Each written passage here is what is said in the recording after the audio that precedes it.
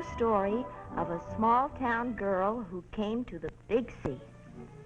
Let's her speeding along toward her dates with fate, wide-eyed with excitement. Ah, yes, I remember well this girl, then so naive and innocent, because this girl was me.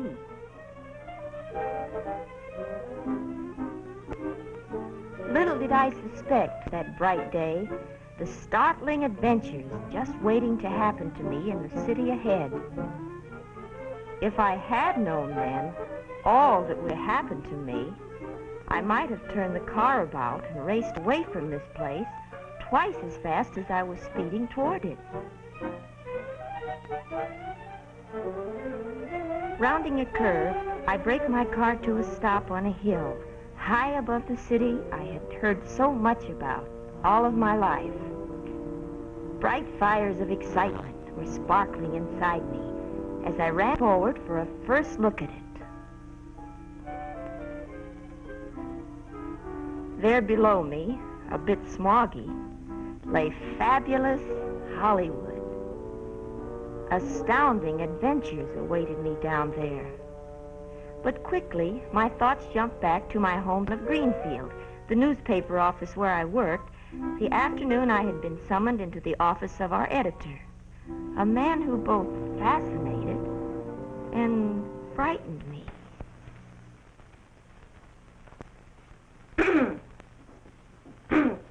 Mr. Hanson? Yes? You sent for me?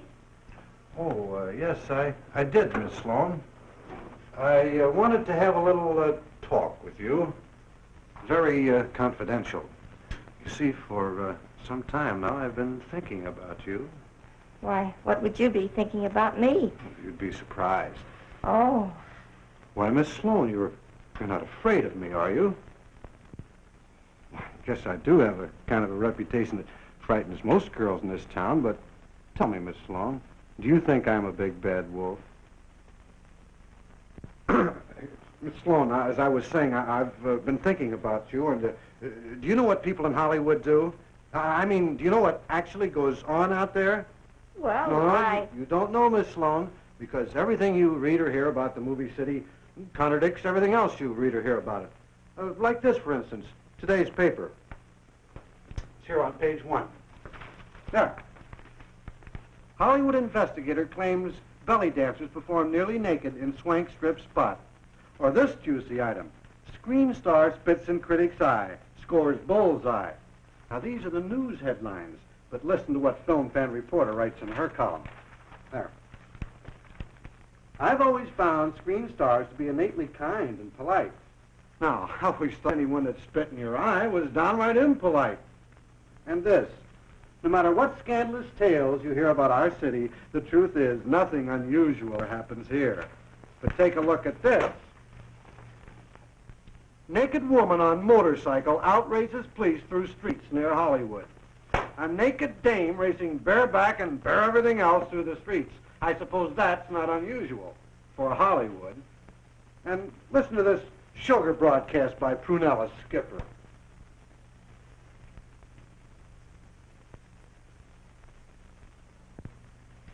The movie actress Donna Sterling is just the sweetest girl I know. All her troubles have been due to her being just too generous to people, especially men. She just can't say no to anyone. Especially men. The poor, misunderstood child is rushing to the arms of her only true love in Las Vegas, just as soon as she gets a divorce from her 5th husband in Reno. See what I mean? Here's a city that everybody wants to read about, hear about. But everything you hear about it is contradictory. What kind of place actually is Hollywood? That's what everybody in Greenfield and everywhere else would really like to know.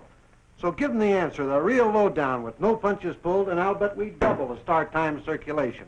And whatever that is, good or bad, we're going to print it. Should be sensational. Yes. Go to Hollywood and find out. Actually, do yourself everything they do out there. You know what I mean? Me? Why not? You have all the equipment necessary for the job. But I wouldn't know how. I'm confident there'll be plenty of applicants to teach you how. But I haven't had any experience. I'll bet you won't say that when you come back. Well, Mr. Hanson's words had made me curious. I turned and raced back to the car, anxious to get down to the city below and discover just what might happen there. If I'd have only known.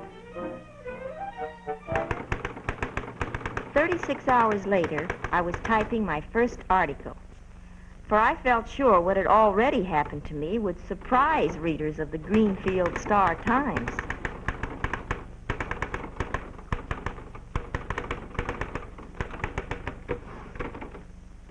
I headed it, My First Day in the Land of Make-Believe. Like most people who come to Hollywood, my first thought upon arrival was, where could I see the movie stars? The simplest way might be to get one of the movie maps advertised along Sunset Boulevard. From a quaint old character, I purchased one, guaranteed to list the home addresses of 300 movie celebrities.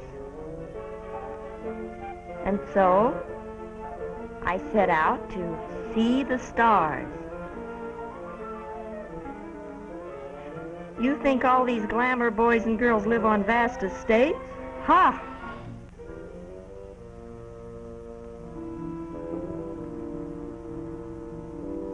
According to my map, most of their homes were on out-of-the-way streets. And nobody I asked had the slightest idea just where. The houses listed were hardly the type I had anticipated. And anyway, even people in Greenfield weren't going to get too excited by hearing I'd seen the spot where Joe Starr hung his hat. But I decided, then and there, whatever I had to do to thrill my readers, I would do.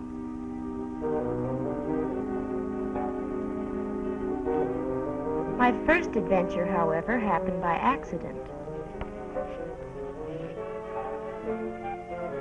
Somehow, I got lost in the Hollywood Hills.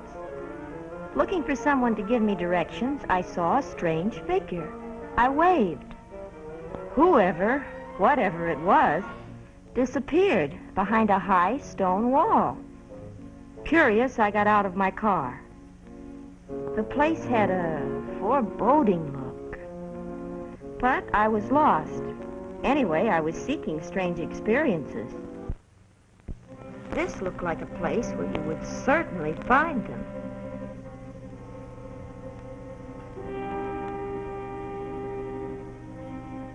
My woman's curiosity urged me to go on. My feet kept wanting to turn back.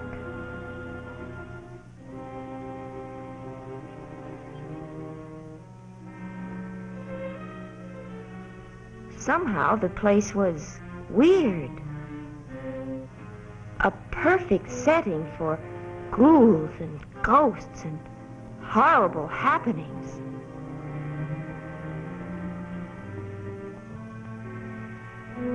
And I had a strong premonition that something awful was about to happen to me. Wherever I looked, I could find no one. But I could feel hidden eyes fastened on my every movement.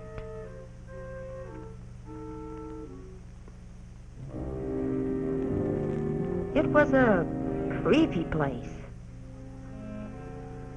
Also, not one for high-heeled shoes.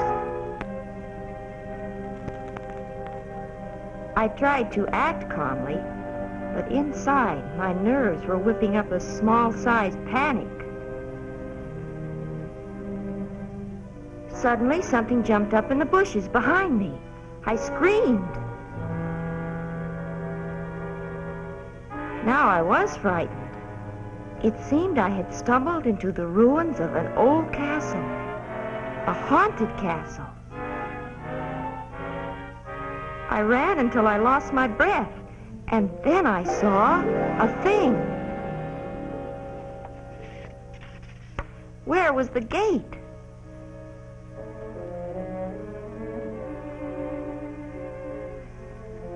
I was running around wildly trying to find it when I stumbled and fell flat. I lay there, afraid to look up because I heard the sound of feet closing in on me. When I did look up, a fence of legs encircled me.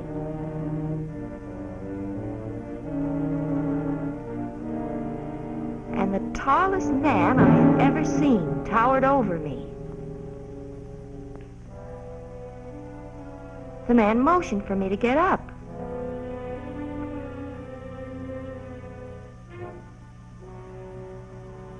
I saw now that the legs belonged to some very pretty girls. Even the hideous head that had scared me was only a mask for a beautiful girl. A few words made me understand everything. I had happened onto a studio ranch used by photographers and cameramen who make the artistic type of photos and films.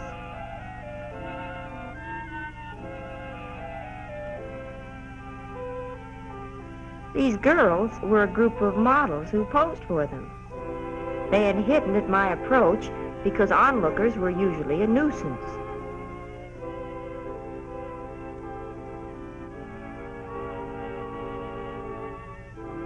Since they had not been able to scare me away, however, everyone went back to work.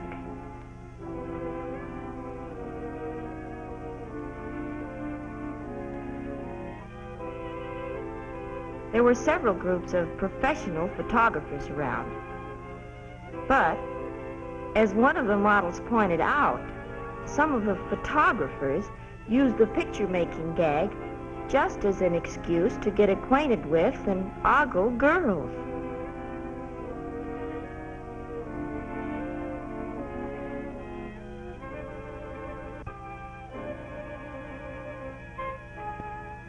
Sometimes they had film in their camera, sometimes not.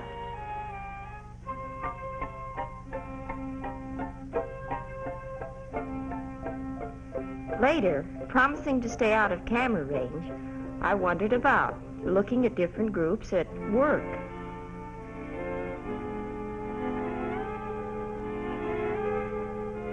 In one secluded spot, an artist was daubing at a canvas.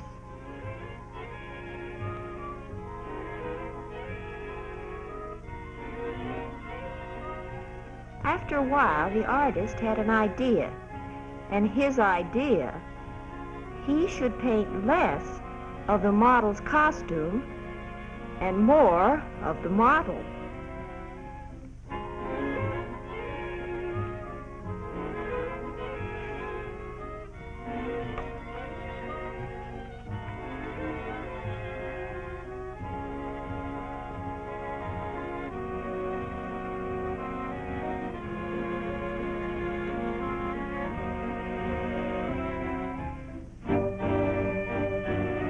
And then the artist began to get the same idea again. He should paint less of the model's costume and even more of her.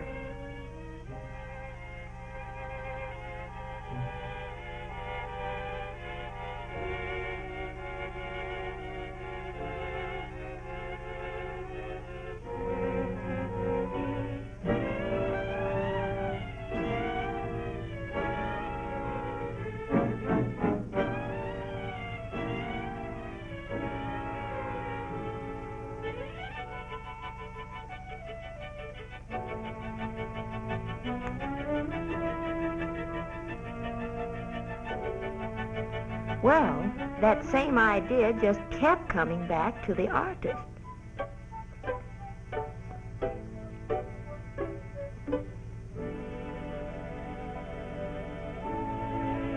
But at last the model said, "Wait a minute. just what kind of a painting is this masterpiece of yours? And then she saw what she had been posing for. Well, this artist would either have to improve his art or find a model with less temper.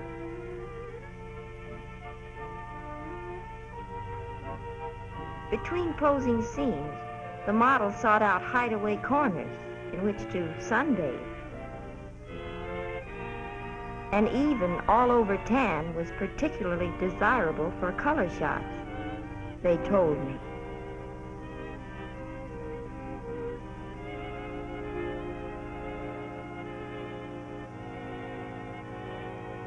I made notes of what I saw, but the startling beauty of one flame-haired model had me fumbling for adjectives.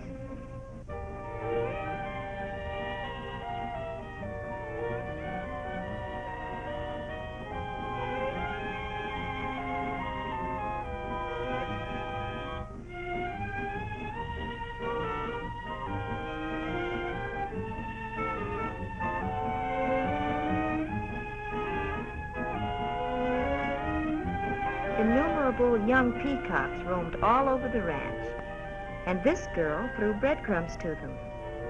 But the peacocks refused to come near enough for her to pet them. As one photographer exclaimed, "Silly birds."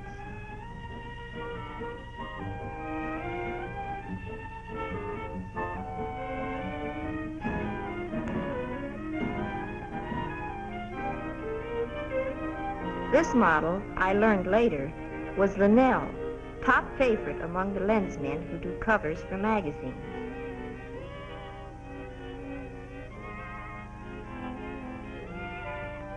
Her fiery golden hair, falling down over her cream-white body, resulted in the most sensational color shots.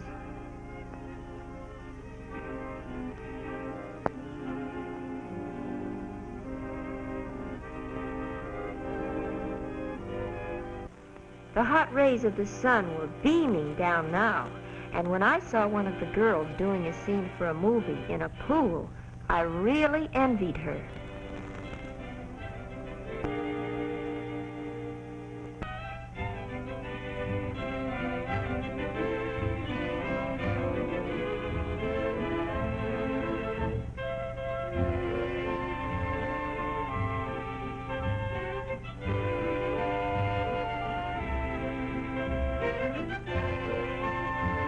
Well, I had spent a very interesting afternoon watching the production of artistic photos and films. The gorgeous girl type of pictures that feature and star and immortalize glamour, winging their way up from the cinema city to thrill and delight the whole world.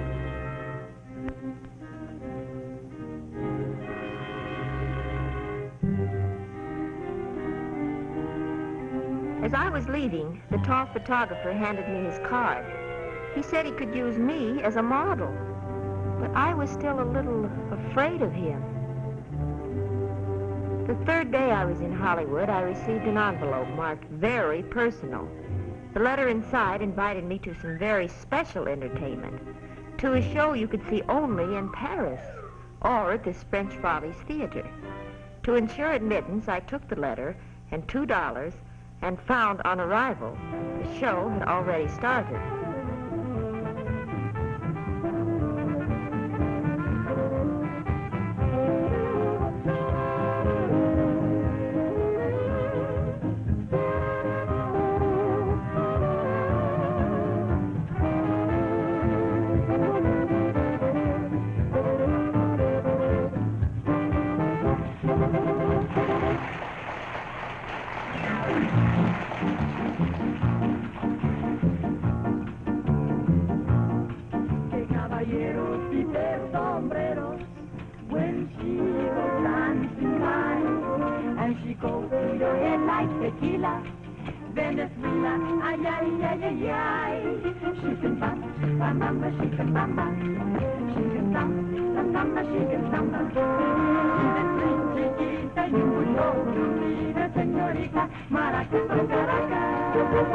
mi lindita Margarita, tan bonita muñequita, saca tus maracas y nos vamos pa' Caracas.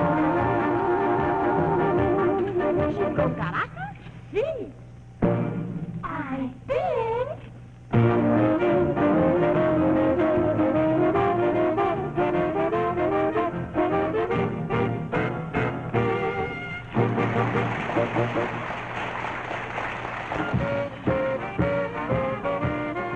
After the opening production number, there followed a number of alleged comics and comedy acts, most of which were about as funny as a contagious disease.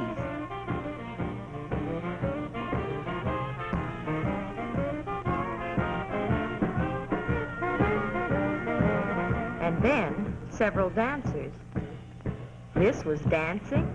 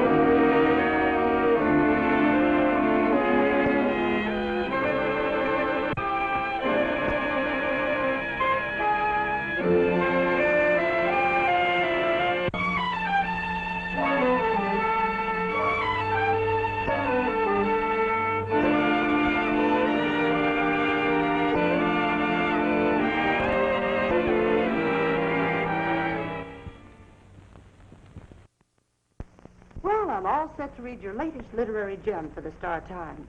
Still, I don't think I'm the type to be a literary critic. Oh, I just want to get the reactions of a common, normal person. Now, dear, you know I may be common, but not normal. Oh, I'm on to you. You do more talking than anything else. Well, confidentially, I'm better at talking than anything else. Did you model for anyone this week? Yes, I worked yesterday for one of those would-be wolves. He called and said he wanted me for a sitting. Turned out to be more of a running. Do you mean he chased you? Well, what did you do? Well, I let him get close enough a couple of times, to make it interesting. He's too feeble to be a menace. So I got my exercise and $5 an hour. The tales you tell. You should be writing these stories instead of me. Well, your editor might be interested in some of my adventures, but I don't think he'd dare publish them. Well, let's hear how yours sound. My Adventures in Hollywood by Darla Sloan. All right, Darla. I'll read what you wrote and did. After seeing the girls at the French show toss aside all their garments, I convinced myself I might be able to take off a few. So I made a date and went over to pose for the photographer I had met at the ranch. He explained that here at his studio, he made all types of photos. He showed me photos of what he called girls in costume. They looked to me more like girls out of costume. Then Tall Tom wondered how my legs would photograph. My way of showing them proved unsatisfactory. Higher, he said, I want to see your legs, not just your feet.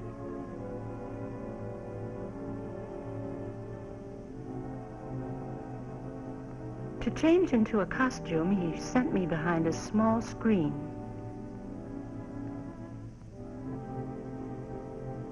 While I was changing, I kept thinking back to the day at the ranch when I had looked up and first seen this tall town towering over me.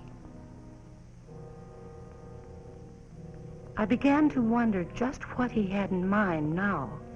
I had heard stories about photographers.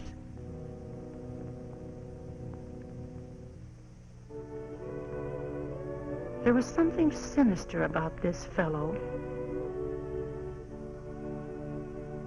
We two were here in his studio, alone.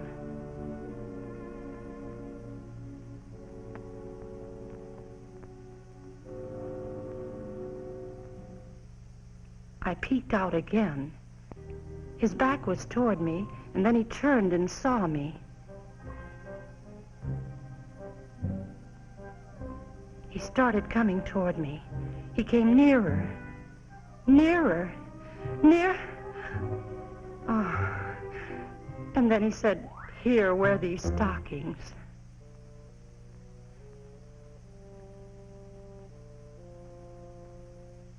My behavior must have been as strange to him as his actions were to me.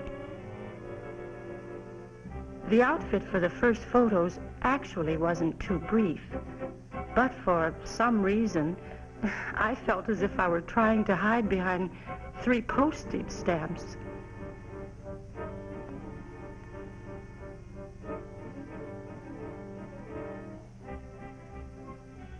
Tall Tom finally pulled out a pair of dark glasses and assured me that wearing them he was practically blind.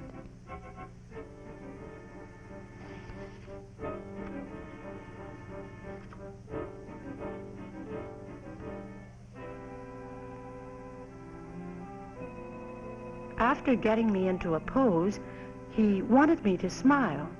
I looked about as pleasant as if I were making a date with the dentist.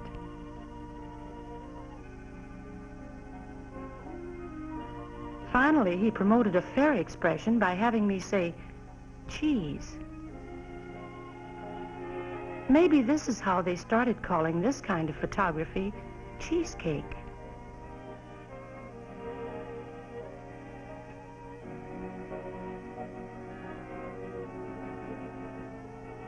When he said he wanted an Indian pose, I had one idea, but his was entirely different. Well, if Minnehaha ever posed this way, it Must have been when she was loaded with fire water.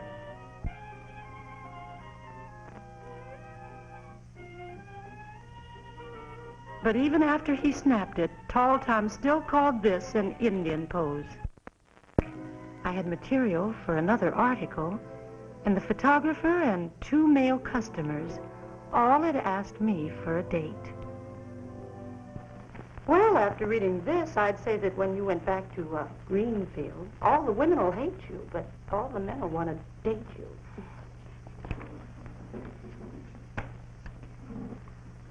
I wonder what Mr. Hanson, he's our editor, I wonder what he'll think of me. I wonder what you think of Mr. Hanson. He's the type of man that makes you not know what to think. He's handsome, but not too. There's something about the way he says things to you, and the way he looks at you, that makes you feel so funny. Did you ever feel as if you'd swallowed an electric vibrator? No. But I wouldn't mind to meet this Mr. Hanson. As the slang saying goes, he must be quite a charge. Oh, yes. I guess you could say that.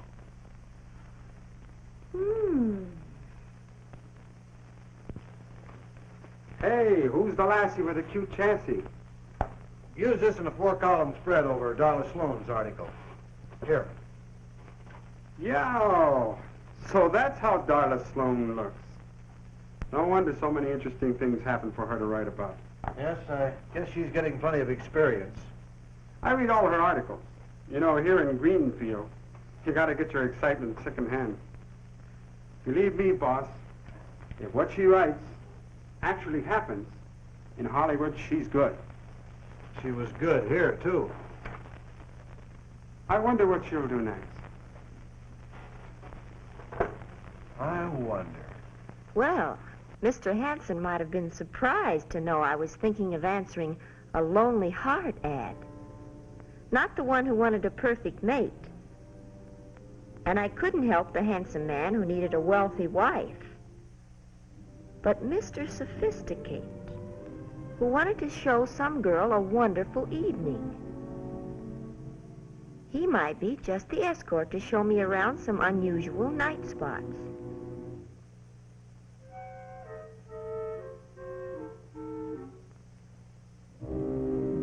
Somehow his voice was not quite what I expected. But he was eager. One thing I never learned to do, smoke. For this date, though, I wanted to appear worldly wise.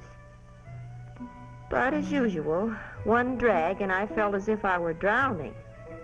Oh well, I would just have to act as if I'd been around. The bell buzzed. I primped myself, went to the door, opened it, and there was Mr. Sophisticate.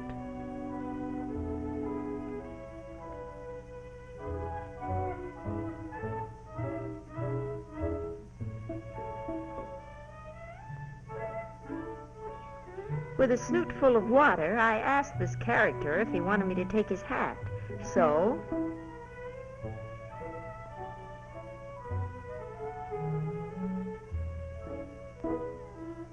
it seems in his hat, he brought his own lunch. Oh, this boy was a card. I bet he'd have been the life of a party somewhere back in the gay 90s. And that's where he should have been. He was full of tricks. And he punctuated each one with a jab in the ribs. Did I know he made big money? He showed me. Big money. Rib jab. I made the mistake of being coaxed to look at his lapel flower. But I was ready for his next rib jab. This literally had him rolling on the floor.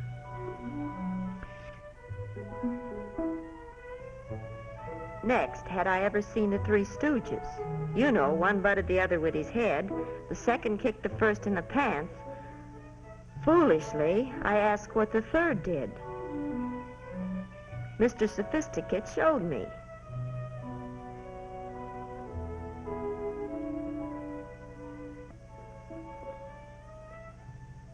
By now, I'd figured out a little game myself. It started out sort of simple-like. Maybe that's why my newfound pal immediately took to it.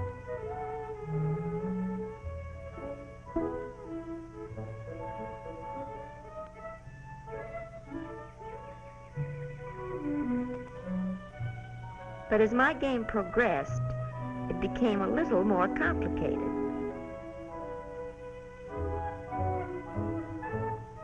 Old Ribjabber told me he had never tried this blind man's waltz before, but it was nothing but fun. I told him I knew he'd get a kick out of it. And he was Mr. Sophisticate? I crossed Mr. Sophisticate definitely off my list. Another ad caught my eye. Well, wonder how it would be to have a date with a Hollywood actor.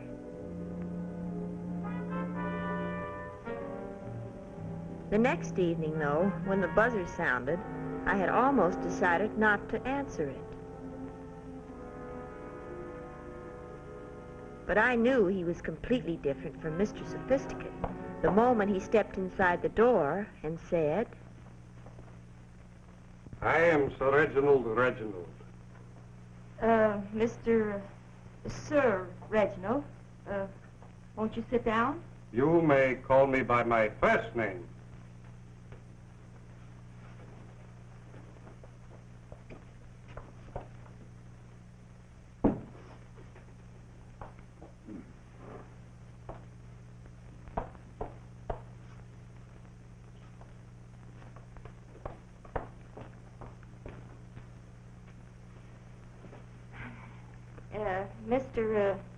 Sir Reginald, your advertisement states that you're in the theatrical profession.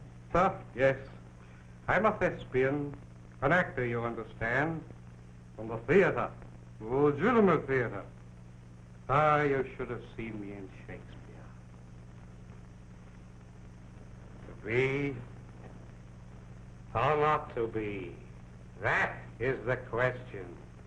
Whether 'tis nobler in the mind... But now you're in pictures. Gad, yes. All day I've been performing in some cow drama. Oh, a Western.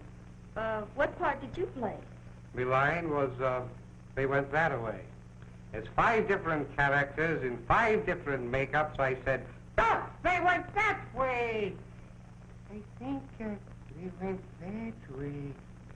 I don't rightly know, but I think they went that way. I don't know, but they went that way, I think. The one of me voice is losing its resonance. You don't happen to have something to drink, have you? Would you like a drink of water? My dear, I want to drink, not bathe. A previous tenant had generously left behind 2 bottles of wine in the refrigerator. I proudly brought forth one for Sir Reginald. He looked at the label, muttered something about domestic. Maybe it was because the wine wasn't imported. Anyway, that boy had a way of drinking without tasting. Well, I gulped one too.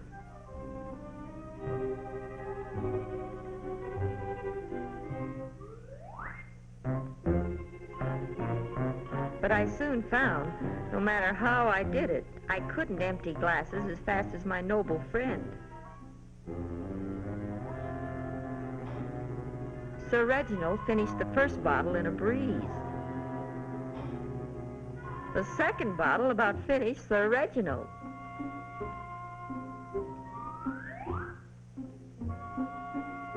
And worst of all, Old Demon Rum began to bring forth in Ye Olde Thespian all the different characters he had ever played. And then Jekyll falls to the floor, and he disappears for a second, and then I come up into my amazing scene. Hey! Oh, my dear, if you could see me now. I played everything, even animals.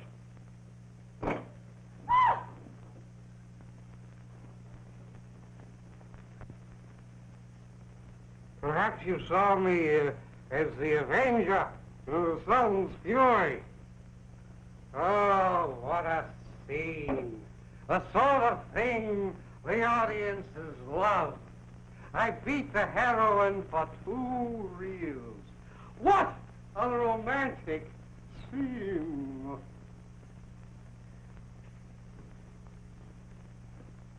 I really beat her, you understand, for 2 full reels. How do those lines go? Ah, yes. At last, me proud beauty, I, the Avenger, have uncovered your treachery. With 100 lashes of the whip, I'll wipe out your disgrace. Yes, she ran from me, but I was after her. And now, in punishment for your perfidiousness, I wanted you to see what's the matter with you. Haven't you eaten today? You foxy wench. This makes me duty more exciting.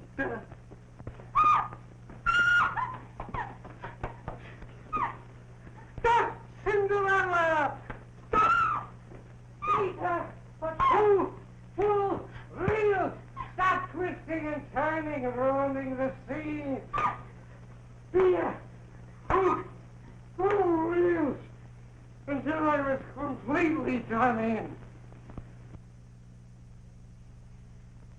Very exhausting scene on me, you understand?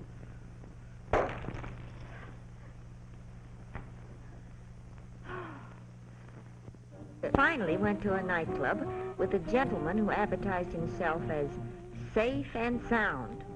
Well, anyway, he was safe. His hearing wasn't so good, but when they introduced the exotic dancer, Naomi, you could see...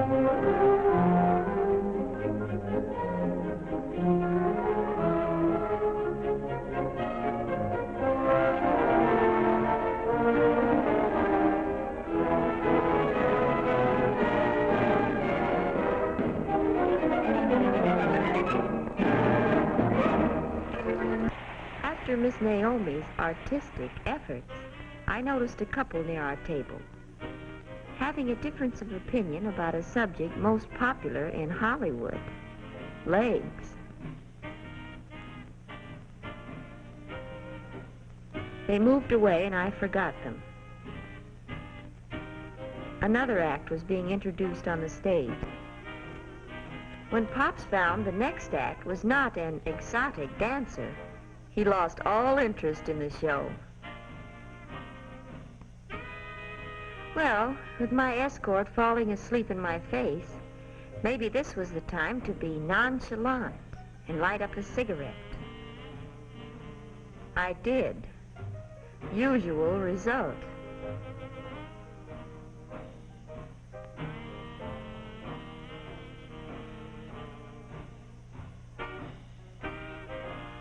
But if a lady couldn't act nonchalant, she could at least always go powder her nose.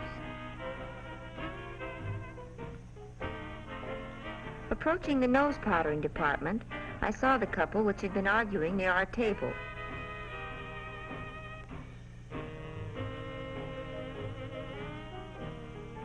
One of them asked me for a cigarette. I might as well give them away. I couldn't enjoy them myself.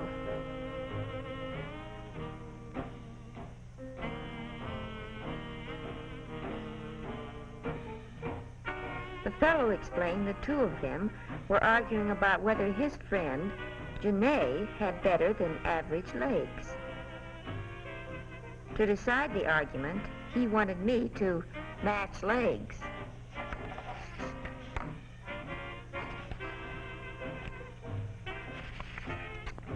By now, I had gotten used to the gag. Let's see your legs, or higher, I want to see your legs, not your feet. Anyway, the fellow voted mine better. Janae assured him he'd lost his eyesight, and I thought I had lost mine when I saw what Janae used for an ashtray. And then Janae explained what I should have known from the start. He was an impersonator, working in the show.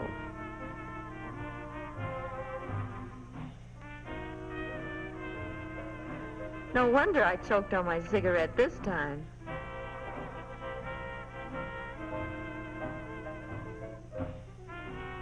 You know something? He made a better-looking woman than I did. Here's today's edition, Chief. Hot off the press. You'll find Miss Sloan's article on the 4th page. Oh, yes, here it is. We're running her picture heading the article now, just like you ordered. She certainly is a delectable-looking dish. Out there in the wild and woolly West, she must be having a wonderful time. Yes, but I'm not so sure that she should be out there all by herself. From what she writes, I don't think she's ever all by herself.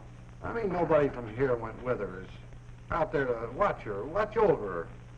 I'm beginning to wonder if I should have sent her out there all alone. In fact, why should I have sent her out, period? Pierre Martin was a nervous little man who had a wholesale lingerie house. He brought buyers here to view his showings of new styles. Modeling for him, I thought I might find some rare experiences. I did.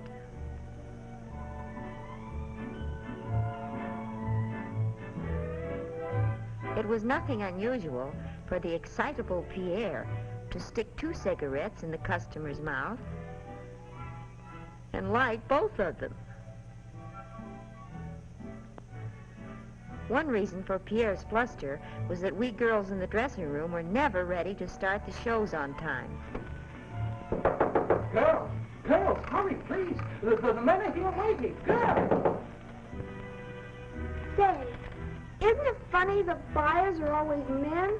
Oh, it's not so strange the stores send men buyers here. After all, the kind of lingerie men go for, that's the kind women should buy.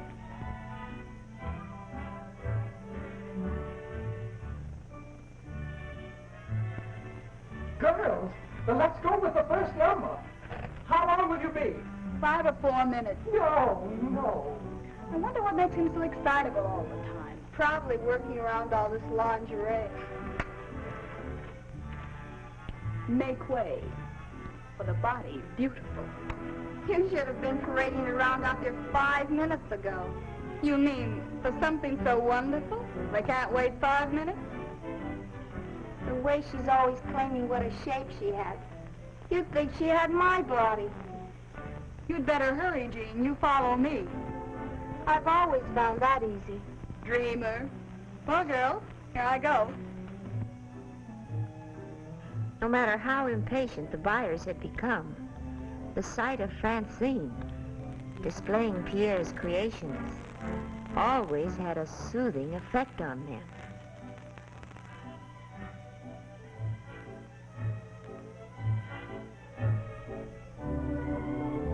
This girl was good.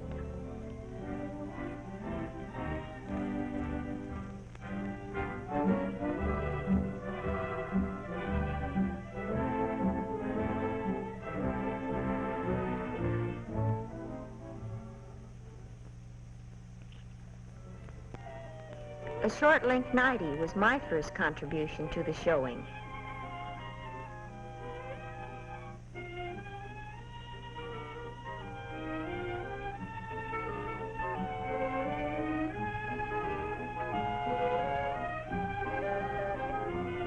After saying good night, I blew out the candle, and this closed the first half of our little show.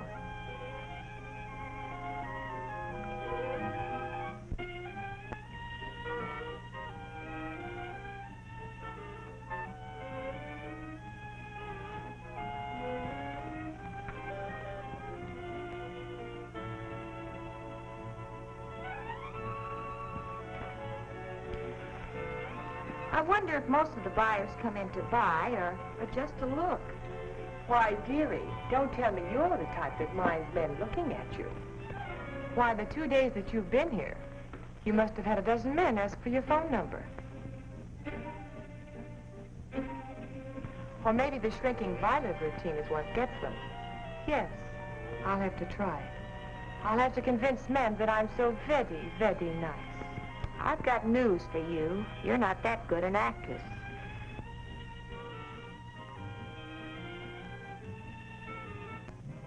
Judith had been with Pierre longer than any other model, and she broke all the rules.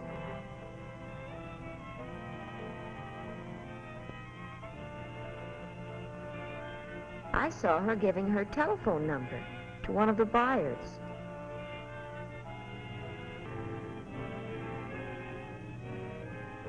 This girl was jealous of me, and I wondered if we'd have trouble. And I didn't have to wait long to find out. Pardon me. Say, I always wear that outfit. Well, Pierre had my name on it, so evidently you're not wearing it today. Today, too. You may be Pierre's new pet, but I'm wearing that outfit. That's silly. I already have it on. That's easily changed.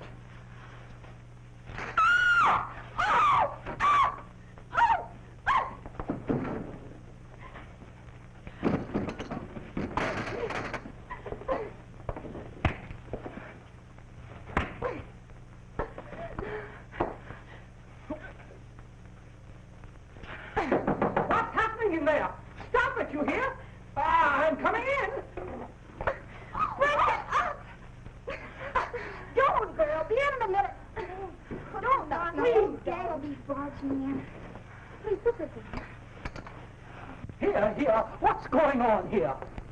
Your pet model, I'm going to remodel. Are you crazy? Who started this? She started the whole thing. I didn't start it, but I'm going to finish it.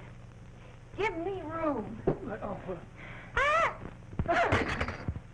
What?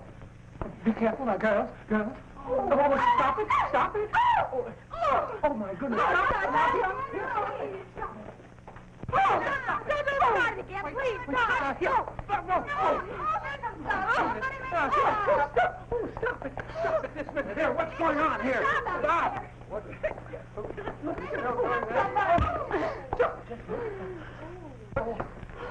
Just...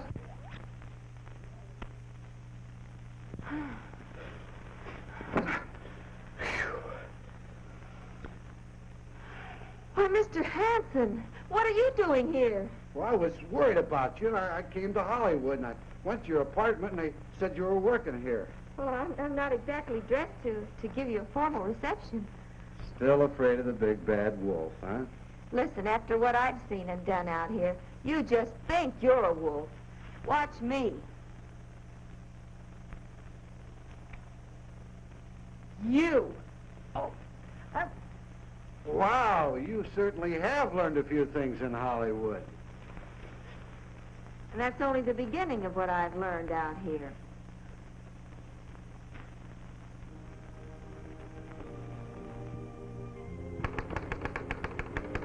Yes, Hollywood is no doubt just about any other city of similar size. I understand that now. But here in Hollywood, the film capital, everything seems more glamorous, more exciting, more wonderful. And if you don't believe me, come on out and let me show you.